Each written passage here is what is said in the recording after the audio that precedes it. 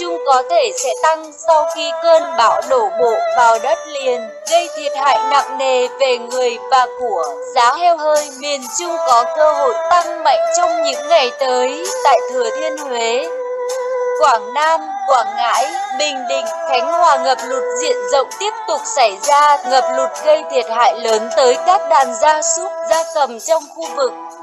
Đồng thời tình trạng giao thông đình trệ và nhu cầu về thực phẩm có thể sẽ khiến giá heo hơi tại miền Trung tăng trong những ngày sắp tới. Mặc dù vậy, giá heo hơi hôm nay ở cả ba vùng duy trì ở mức độ ổn định trong khoảng 28.000 đồng 32.000 đồng ký. Tại miền Bắc, giá heo hơi hôm nay tăng nhẹ với mức giá tại Thái Nguyên, Vĩnh Phúc, Quảng Ninh đã tăng 500 đến 1.000 đồng lên 30.000 đồng ký. Tuần trước, tại các tỉnh chăn nuôi trọng điểm miền Bắc, giá heo đã có lúc đã lên tới 31.000 đến 32.500 đồng ký.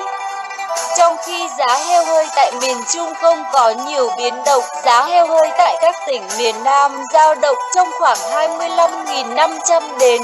Trong tuần trước, giá heo hơi trong khu vực còn ghi nhận tăng 500 đến 2.500 đồng ký. Giá heo đẹp tại hai tỉnh chăn nuôi lớn ở miền Nam, Đồng Nai và Trà Vinh có thời điểm được trả giá lên tới 32.000 đến 32.500 đồng ký.